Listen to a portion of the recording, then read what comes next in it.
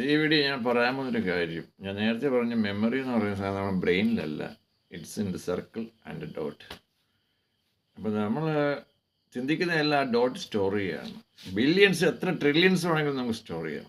Because it's only in a little dot, and that dot is going inside. That is in the flex of our body. That is storing up in our body.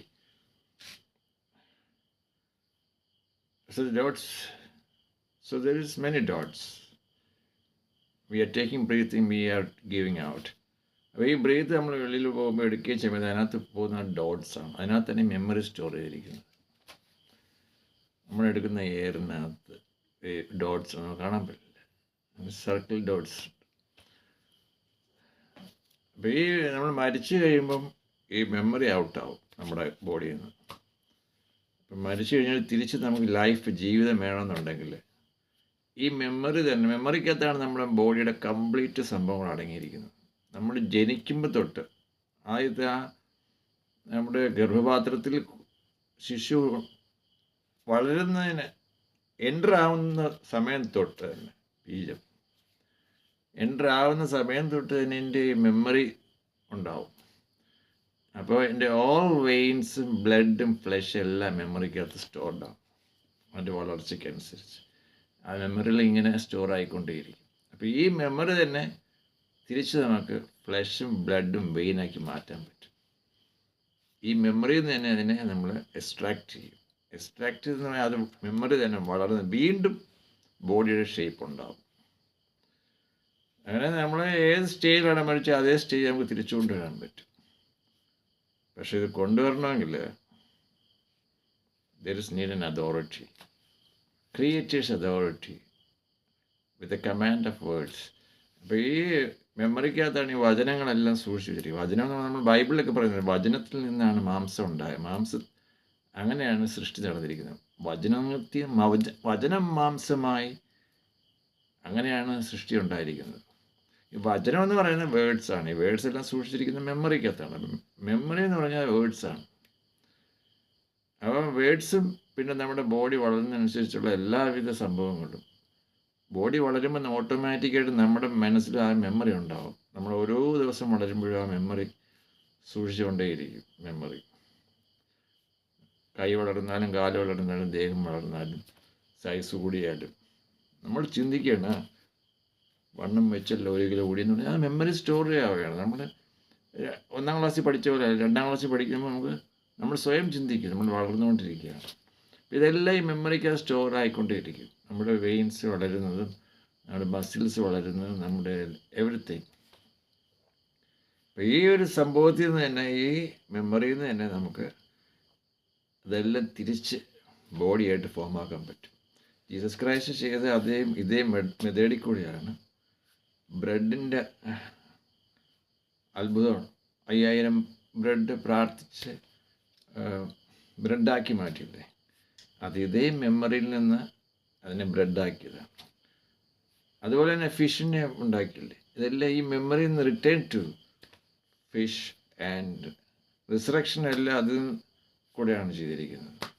ഈ മെമ്മറിയിലൂടെ ഉള്ള command that's given by Jesus Christ, and that is obeyed with authority, power and authority and wish of creator.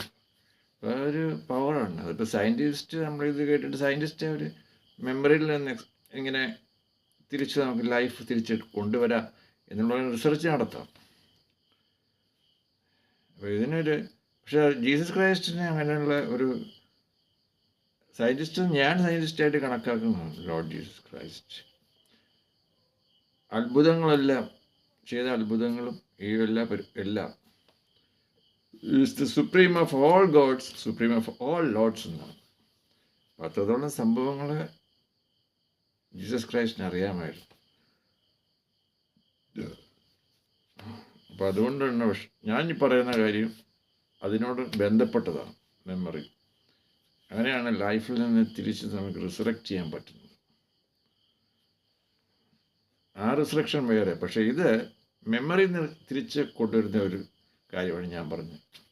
നമ്മൾ ഇപ്പോൾ memory ഔട്ടായിപ്പോയി ആ മെമ്മറിയിൽ നിന്ന് തിരിച്ച് body ആക്കി വീണ്ടും ഫോമാക്കി കൊണ്ടുവരുന്ന കാര്യമാണ്. ഇതിപ്പോൾ നമ്മുടെ ലൈഫിൻ്റെ ഏത് സ്റ്റേജിലാണ് നമ്മൾ രീതിയിലായിട്ട് കൊണ്ടുവരുന്നത്, അത് ആ വേർഡ് കമാൻഡിൻ്റെ പവർ അനുസരിച്ചിരിക്കും. കൊച്ചു കുട്ടിയായിട്ടാണ് പറയുകയാണെങ്കിൽ ആ കൊച്ചു കുട്ടിയായിട്ട് ജനിക്കും. കാര്യം മെമ്മറിയിലെല്ലാം അടങ്ങിയിട്ടുണ്ട്. കൊച്ചുകുട്ടിയുടെ മെമ്മറി അതിനകത്തുണ്ട്.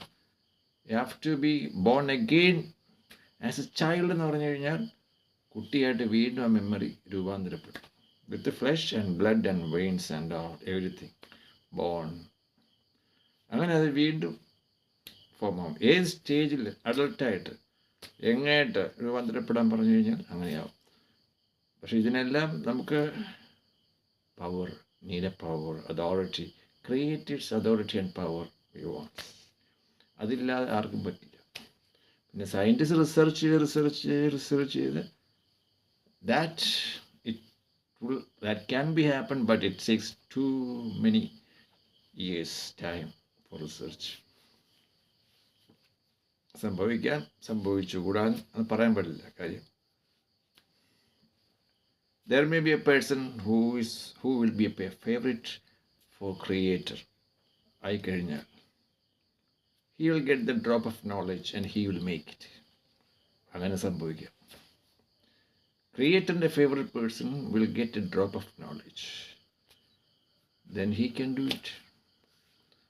ഞാൻ ഈ ഒരു വീഡിയോ പറഞ്ഞത് കേട്ടിട്ട് നിങ്ങൾ ചിരിക്കുമ്പോൾ തമാശയാണോ ജോക്കാണോ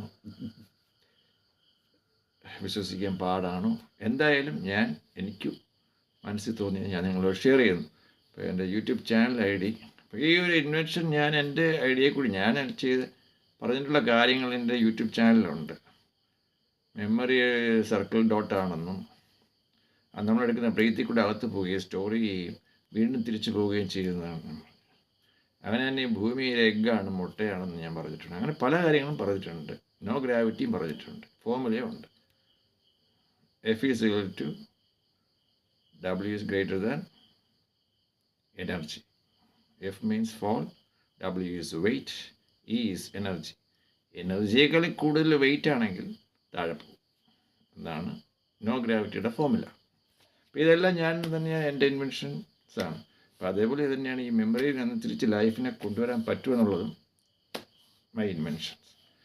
All rights reserved for this invention made and owned by Reggie Matthew 5/5/1972 Ponderella. All royalty and everything belongs to me. My mobile number 00917034171299. Another number 009162820570.